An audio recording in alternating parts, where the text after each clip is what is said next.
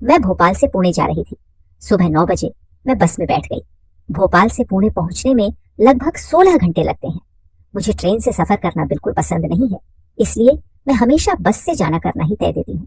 जब मैं भोपाल की बस स्टैंड से बस में बैठी तो वहां कोई खास भीड़ नहीं थी। मुझे खिड़की के पास की सीट मिली और मैं आराम से बैठ गई। लेकिन मेरे मन में एक बड़ी चिंता थी। मेरे पति कुछ साल पहले भोपाल में ट्रांसफर होने के बाद अब रहने लगे थे। जब वह पहली बार सामान लेकर भोपाल गया तब मैंने उससे साथ जाने के लिए कहा, लेकिन उसने मुझे समझाया कि सुनीता चिंता मत करो, कुछ महीनों में मैं वहां सेटल हो जाऊंगा, फिर तुम्हें ले आऊंगा। लेकिन वह मुझे कभी नहीं ले गया। मैंने कई बार उसे समझाने की कोशिश की कि मैं यहाँ अकेली नहीं रह सकती, हम पति पत्नी हैं, अलग रहना सही नहीं है। लेकिन वह मेरी बात सुनने को तैयार नहीं था। उसके भोपाल जाने के बाद उसका व्यवहार धीरे धीरे बदलने लगा। शुरू में वह मुझे हफ्ते में एक बार फोन करता था, फिर महीने में एक बार, और अब तो वह 6 महीनों में फोन करने लगा था। फिर मुझे एक रिश्तेदार से एक चौंकाने वाली खबर मिली। भोपाल में मेरे पति ने दूसरी महिला से शादी कर ली है और वह उसके साथ रह रहा है। ये सुनकर मुझे बहुत बुरा लगा और गुस्सा भी आया। इसीलिए मैंने सच जानने के लिए भोपाल जाने का फैसला किया। भोपाल पहुंचने के बाद मैंने चुपके से पूछताछ की और जो मैंने सुना था वह सच निकला। मेरा पति वास्तव में एक दूसरी महिला के साथ रह रहा था और उनका एक बच्चा भी हो गया था। यह सब मैंने दूर से ही देखा। उससे मिलने या बात करने की मेरी इच्छा नहीं हुई, क्योंकि मुझे लगा कि उससे मिलकर कुछ नहीं होगा। मैं बहुत निराश हो गई थी। पिछले कुछ वर्षों में मैंने उसके ऊपर कितना भरोसा किया और उसकी यादों में अपना जीवन बिताया था। एक दिन वह मुझे अपने साथ ले जाएगा, इस उम्मीद में मैंने कितने साल बिताए थे। लेकिन उसने मुझे जो धोखा दिया उसे देखकर मेरे दिल पर बड़ा आघात हुआ। मैं अपनी सीट पर अकेली बैठी हुई थी। मेरी सीट 2 लोगों के लिए थी, लेकिन बस में काफी जगह होने के कारण कुछ समय के लिए मेरी सीट खाली रही। अगले एक स्टेशन पर बस रुकी और कुछ लोग चढ़े। उनमें से एक पुरुष मेरे पास आकर बैठ गया। बस में बैठे बैठे काफी समय बीत चुका था और मुझे थकान महसूस होने लगी थी। दोपहर के 3 बज चुके होंगे और मुझे प्यास भी लग रही थी। इसलिए मैंने अपनी बैग से पानी की बोतल निकाली, लेकिन बोतल में पानी तो खत्म हो चुका था। मैं बोतल को वापस रख रही थी, तभी मेरे पास बैठे उस आदमी ने देखा कि मुझे पानी चाहिए, लेकिन मेरी बोतल का पानी खत्म हो गया था। वह बोला, मैडम आपको पानी चाहिए? मैंने कुछ नहीं कहा, लेकिन उसने अपनी बैग से एक पानी की बोतल निकालकर मेरे हाथ में दे दी। मैंने थोड़े घूंट पानी पिया और वह बोतल उसे वापस कर दी। मैंने उसे धन्यवाद कहा। अब शाम के करीब करीब 7 बजे होंगे। बस तेजी से आगे बढ़ रही थी। मैंने उससे पूछा, आप कहाँ जा रहे हैं? उसने बताया, मैं पुणे जा रहा हूँ। अच्छा, मैं भी पुणे जा रही हूँ? यह सुनकर उसे थोड़ा आश्चर्य हुआ और उसके चेहरे पर हल्की मुस्कान भी आई। उसने बताया कि वह भोपाल में काम करता है और इंजीनियर है। सर्दियों के दिन थे और जैसे जैसे शाम बढ़ रही थी वातावरण में काफी ठंड बढ़ रही थी। मैंने अपनी खिड़की की कांच बंद कर दी, लेकिन कुछ यात्रियों ने खिड़की खुली रखी थी, जिसकी वजह से ठंडी हवा बस में आ रही थी। मुझे बहुत ठंड लगने लगी। मैंने स्वेटर तो पहन रखा था, लेकिन जल्दी जल्दी में शॉल लाना भूल गई थी, जिसका मुझे बहुत अफसोस था। अब रात के 10 बज चुके थे और ठंड बहुत बढ़ गई थी।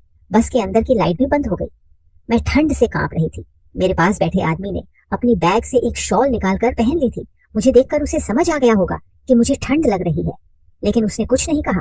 मैं खुद पर ही नाराज हो रही थी कि इतने लंबे सफर पर जा रही हूँ और शॉल लेना भूल गई।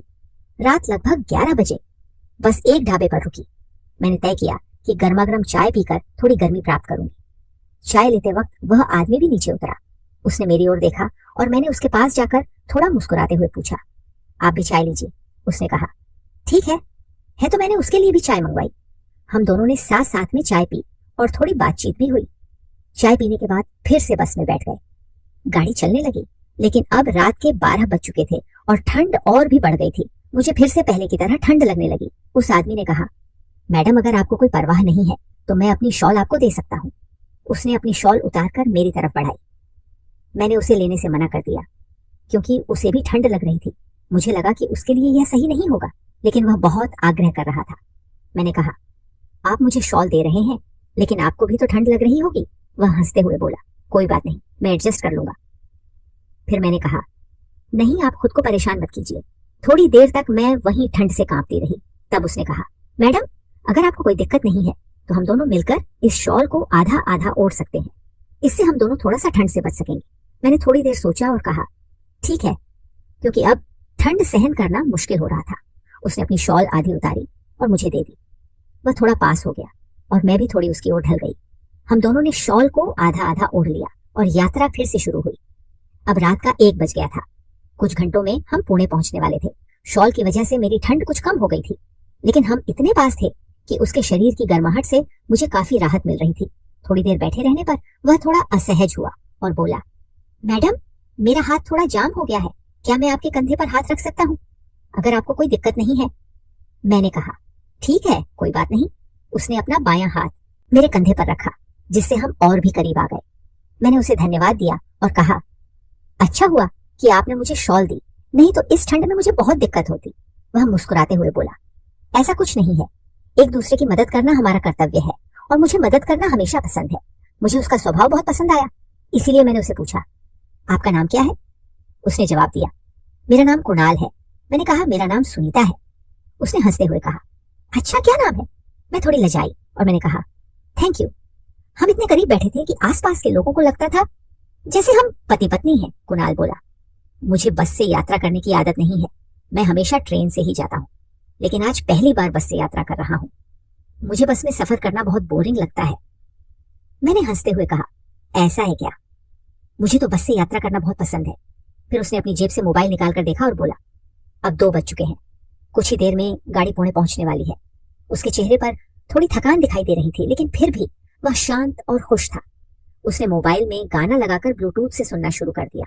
कुछ देर गाना सुनने के बाद वह मेरी तरफ मुड़कर बोला, सुनीता, मुझे गाड़ी की हल्की सी आवाज सुनते ही नींद आने लगी है। उसके कंधे पर सिर रखकर मुझे एक तरह की सुरक्षा और शांति महसूस हो रही थी। कुछ समय बाद गाड़ी पुणे पहुंच गई। उसने मुझे हल्के से आवाज देकर जगाया, लेकिन मेरी नींद इतनी गहरी थी कि मैं जाग नहीं पाई। फिर उसने धीरे से मेरी पीठ पर थप्पाकर मुझे उठाया। मैं तेजी से उठ गई। उसके चेहरे पर एक मीठी मुस्कान थी। वह बोला, सॉरी, लेकिन पुण्य आ गया है, आप नींद में थी, इसलिए जगाया नहीं तो आपका स्टॉप छूट जाता। मैंने उसे देखते हुए हंसते हुए कहा, थैंक यू, अच्छा हुआ आपने मुझे जगाया, नहीं तो सच में मुझे परेशानी हो जाती। उसने मुझसे पूछा, आपको कहाँ उतरना है? मैंने कहा, मुझे वह स्टॉप पर उतरना है। यह सुनकर वह थोड़ा चौंक कर बोला, सच में? मैंने हंसते हुए उत्तर दिया, हाँ सच में, मुझे भी वहां ही उतरना है।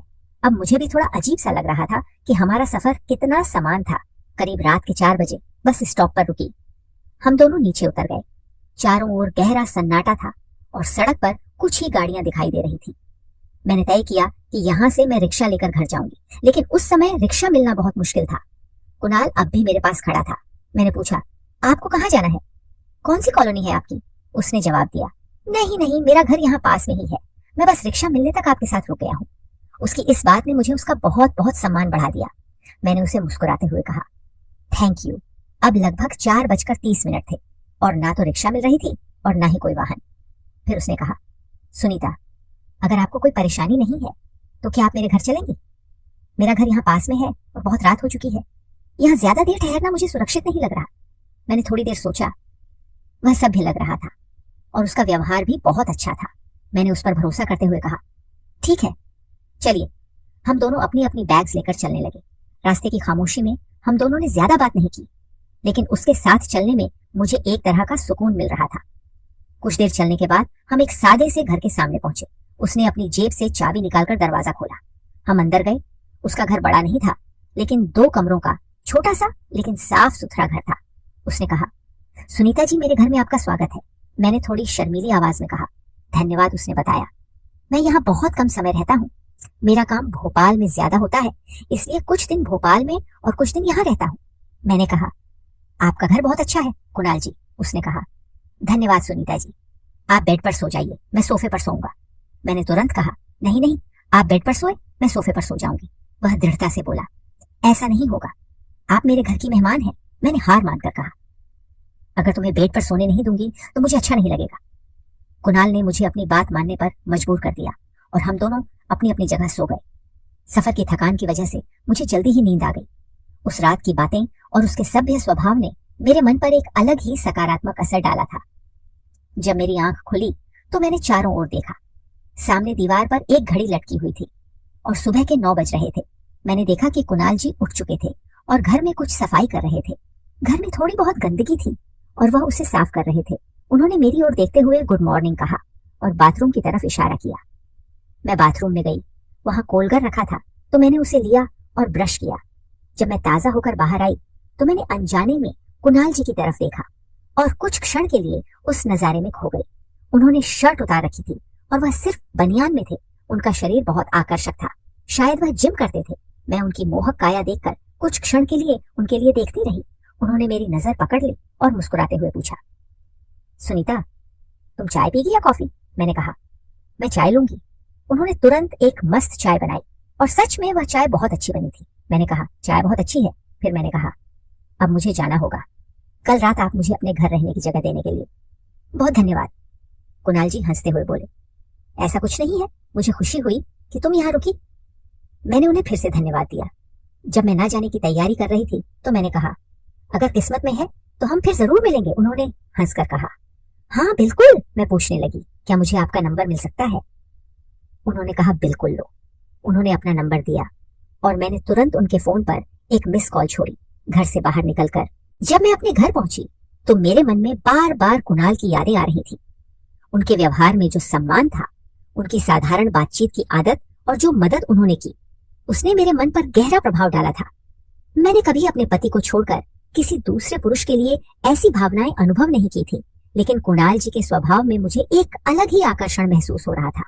मैंने 2 दिन बाद कुणाल को फोन किया। उन्होंने कहा, कहाँ हो? मैं आज घर पर ही हूँ, आराम कर रहा हूँ। क्या हुआ? मैंने कहा, कुछ नहीं, आपकी याद आई तो फोन किया। उन्होंने हंसकर कहा, ठीक है, फिर मिलते हैं कहीं। मैंने उन्हें अपने घर के पास के गार्डन में मिलने का तय किया। मैं तय समय से थोड़ी पहले गार्डन पहुंच गई। थोड़ी देर बाद कुणाल जी आए। उन्हें देखकर मेरा दिल थोड़ा धड़कने लगा, क्योंकि उन्होंने जीन्स और टी शर्ट पहन रखी थी और वह बहुत हैंडसम लग रहे थे। उन्होंने मुस्कुराते हुए पूछा, कैसे हैं? ये एक नई स्टाइल है। मैंने हंसकर कहा, आप बहुत ही हैंडसम लग रहे हैं। फिर हम गार्डन में कुछ समय बातें करते रहे। उन्होंने पूछा, सुनीता जी, क्या आप अकेले ही रहती हैं? मैंने कहा, हाँ मैं अकेली रहती हूँ, मेरे पति भोपाल में रह। लेकिन उन्होंने मुझे बहुत धोखा दिया है। मैंने उन्हें अपने जीवन की सारी बातें बताई। उन्होंने मेरी कहानी को चुपचाप सुना और उनके चेहरे पर दुख और संवेदना साफ झलक रही थी। बात करते करते जब 3 बजे मैंने कुणाल जी से कहा, आज आप खाना कहाँ खाने वाले हैं? उन्होंने जवाब दिया, अरे मैंने अभी तक कुछ तय नहीं किया। मैंने कहा, तो आज मेरे घर चलिए। वह मुस्कुराते हुए बोले, ठीक है, शाम को आऊंगा। इस पर हमने एक दूसरे को अलविदा कहा। शाम को 6:30 पर मैंने उन्हें फोन किया, कुणाल जी आप आ रहे हैं? उन्होंने कहा, हाँ मैं बेशक आ रहा हूँ ठीक 6:30 पर। कुणाल जी मेरे घर आए। मैंने उनका स्वागत किया और बताया कि मैंने पहले से खाना बना लिया है। फिर हम दोनों एक साथ खाना खाने बैठे। उस दिन मैंने एक पिंक रंग की साड़ी पहनी थी जो थोड़ी पारदर्शी थी और उसके साथ स्लीव ब्लाउज पहना था। खाना खाने के बाद हम सोफे पर बैठकर बातें करने लगे। अचानक कुणाल जी बोले, आप इस साड़ी में बहुत सुंदर लग रही है। उनकी इस तारीफ पर मैं हंस पड़ी और बोली, अच्छा सच में?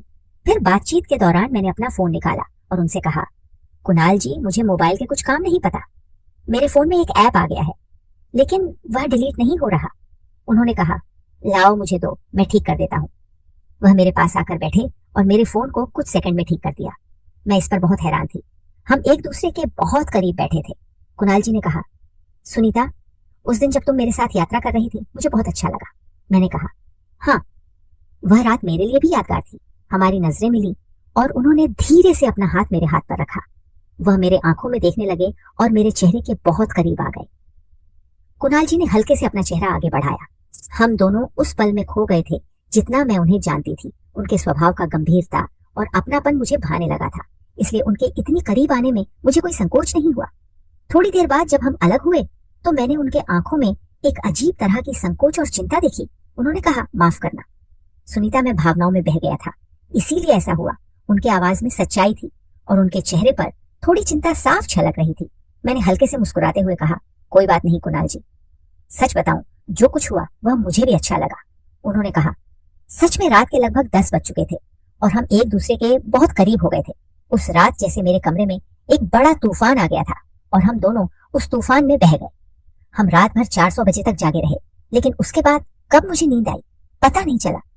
सुबह 8 बजे जब मैं उठी तो खुद को देखा, मेरे ऊपर सिर्फ चादर थी। रात की सारी बातें याद आने पर मुझे बहुत शर्म आई। कुणाल जी मेरे बगल में सो रहे थे। मैं जल्दी से वॉशरूम में चली गई। कुछ समय बाद मैं बाहर आई और कुणाल जी को उठाने लगी। मेरे आवाज से वे तुरंत जाग गए। फिर मैंने हमारे लिए चाय बनाई बिना कुछ बोले। हम एक दूसरे को देखते हुए चाय पीने लगे। चाय पीते वक्त कुणाल जी ने हल्का मुस्कुराते हुए कहा, थैंक यू। मैं थोड़ी चौंकी की किस बात के लिए? थैंक यू, उन्होंने मुस्कुराकर और कहा।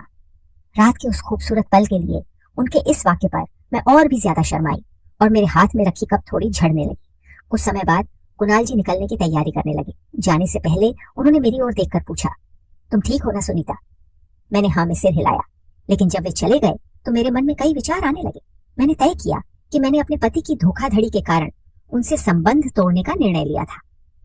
कुणाल जी की व्यक्तित्व और प्रेम ने मेरे मन में उनके लिए एक खास जगह बना दी थी। मुझे यकीन था कि वह मुझे कभी धोखा नहीं देंगे। 2 दिन बाद कुणाल जी का फोन आया। उनकी आवाज में खुशी थी। उन्होंने कहा, सुनीता, आज शाम तुम मेरे घर आओगी क्या? मुझे कल छुट्टी है, हम आराम से बातचीत करेंगे, खाना खाएंगे और अगर चाहो तो रात को भी रुक सकती हो। उनकी इस बात ने मुझे थोड़ी देर के लिए सोच पर मजबूर कर दिया। इस प्रस्ताव ने मेरे मन में हल्का सा गल्ला पैदा किया, लेकिन मैंने तय किया कि आज एक मौका है उस चीज को कहने का जो मेरे मन में है। मुझे उनसे पूछना था कि क्या वह मेरे साथ जिंदगी बिताने के लिए तैयार है। शाम को हमारी मुलाकात होने वाली थी और उस पल मैं कुणाल जी से शादी के बारे में बात करने वाली थी। ये मेरे लिए बहुत महत्वपूर्ण पल था, क्योंकि उनके उत्तर पर मेरे जीवन का अगला सफर निर्भर होने वाला था। फिर भी मैंने तय किया कि मैं उस प्रश्न को सहजता से पूछूंगी, ताकि उन्हें दबाव महसूस न हो और उनका सच्चा विचार मुझे जानने को मिले। तो दोस्तों, क्या मैं कोना जी के घर गई और उसके बाद क्या हुआ यह मैं आपको अगले भाग में बताऊंगी। आपको ये कहानी कैसी लगी कमेंट करके जरूर बताएं।